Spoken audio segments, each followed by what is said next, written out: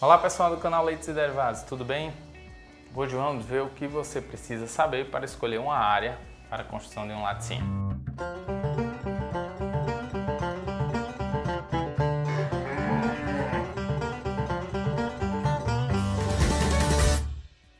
Olá pessoal do canal, se você ainda não é inscrito, se inscreva aqui embaixo, deixe o seu joinha, compartilhe esse vídeo, acompanhe a gente também nas redes sociais, principalmente no Instagram, no @georgeveterinário.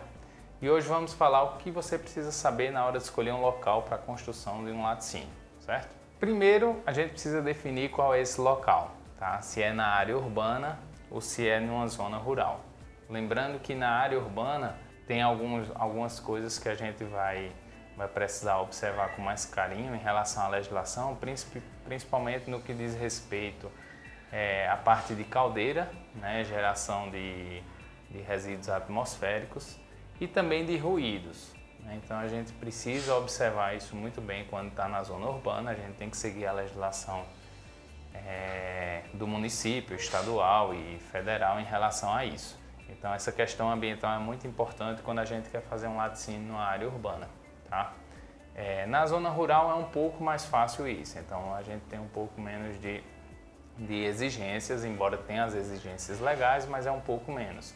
E também na área rural é mais fácil você ter um espaço maior que favorece o seu crescimento, sua futura ampliação. Então muitas fábricas começaram pequenininho e hoje são muito grandes, né? São fábricas consideradas grandes, e se você está na zona rural você consegue isso com mais facilidade, porque na área urbana o espaço é menor e tem delimitações, casa de um lado, casa do outro, alguém não quer vender a casa para você desapropriar e ampliar o estabelecimento, então eu indico sempre que possível uma zona rural próximo da cidade, tá? E aí é esse acesso que a gente deve levar em consideração.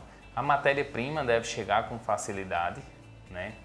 A mão de obra também, então se você tem moradores que moram na cidade, vai se deslocar até esse local onde vai ser construído o laticínio, se tiver disponibilidade de transporte público, isso é um ponto positivo, né? Então saber também onde é que está a minha mão de obra em relação ao meu trabalho, e também caminhões de insumos, embalagens, caminhão de açúcar, se você vai fazer bebida, de sal, se vai fazer queijo, então você tem que ver se isso passa o ano todo com frequência, se tem atoleiro, se tem alguma passagem molhada quando chove, você não consegue transitar, então essa questão do acesso é muito importante. Sobre o terreno, não necessariamente ele precisa ser plano, tá? Eu vou falar um pouquinho mais na questão das águas residuais, eu puxo para essa parte do terreno, mas você precisa primeiro ter essa noção de acesso e facilidade de acesso, isso vai ajudar muito você no dia a dia na operação desse estabelecimento. A disponibilidade de água, para cada litro de leite beneficiado, a legislação pede 6 litros de água, então você tem que ter pelo menos ali armazenado e uma vazão que supra isso. Embora na prática a gente use um pouco menos, mas a gente precisa ter uma disponibilidade de água e saber se essa água atende os parâmetros legais ou não, principalmente o físico-químico, que é mais difícil de tratar, né? O microbiológico a gente corrige ali mais fácil no controle diário, principalmente do cloro. Mas esse padrão físico-químico, se a água atende, e a gente precisa ter essa disponibilidade de água, porque senão às vezes eu vou gastar mais no transporte da água do que no transporte do leite, que é a minha matéria-prima, certo? Quando você escolheu esse local, você vai ter que ver a relação à posição dos ventos, como é a questão do vento, porque isso vai interferir diretamente nas fontes produtoras de mau cheiro. Então, se mesmo que não seja no seu estabelecimento, mas em um estabelecimento próximo tem algo que produz mau cheiro, a criação de suínos, de aves, e porventura vem algum mau cheiro para o laticínio por causa da posição dos ventos, você está prejudicado, mesmo que não seja no seu terreno, a fiscalização pode não autorizar. Lembrando que quando você escolhe o terreno, você tem que ir no órgão fiscalizador que vai regularizar aquele seu empreendimento, solicitando uma vistoria prévia do terreno. Então eles vão vistoriar justamente isso e vão validar ou não o terreno de acordo com essas condições. Além do fiscalizador, também a licença prévia do órgão ambiental. E é isso que vai impactar aqui nas águas residuais, tá? Então a gente precisa, num processo correto e seguro de de construção de um estabelecimento, a gente precisa da licença prévia do órgão ambiental. Então, nessa licença prévia, eu já vou dizer como é que eu vou fazer o tratamento dos meus efluentes. Então, o nosso principal efluente aí são as águas residuais, né? A gente, quando fabrica queijo, gera um resíduo que é poluente para o meio ambiente se lançado diretamente, que é o soro, só que ele tem um valor agregado, então a gente acaba utilizando na ração animal, no subproduto dentro da própria indústria. Então, dificilmente a indústria vai lançar o soro no meio ambiente, vai reaproveitar aquilo. Mesmo assim, as águas residuais acabam indo com um percentual de gordura considerável. Então, a gente precisa de um tratamento dessa água residual para poder lançar essa água no meio ambiente e precisa da aprovação do órgão competente.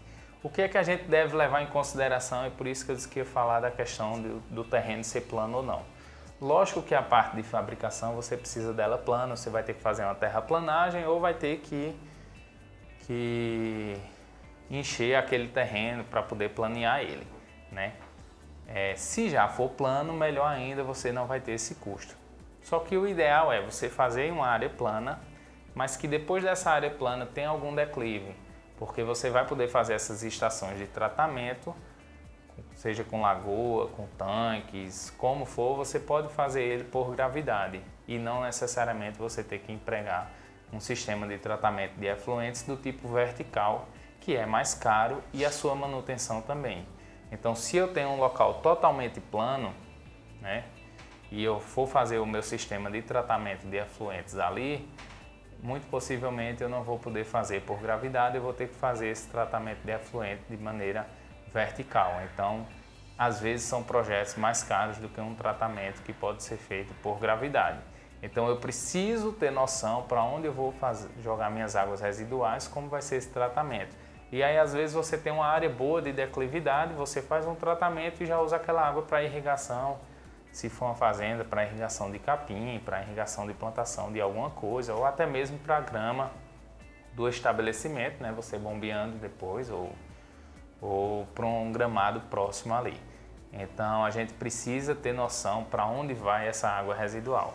Isso é mais ou menos o que a gente deve observar no terreno. Lógico que quando tiver a planta, vai ver a posição em relação ao sol, aos ventos, né? E essa questão das fontes produtoras de mau cheiro e como o vento deve bater na parte limpa da fábrica e depois nas partes mais sujas, incluindo os sanitários. Então, a gente precisa pensar nessas águas residuais, nos resíduos dos sanitários, né? Como é que a gente vai fazer isso para fazer esse manejo?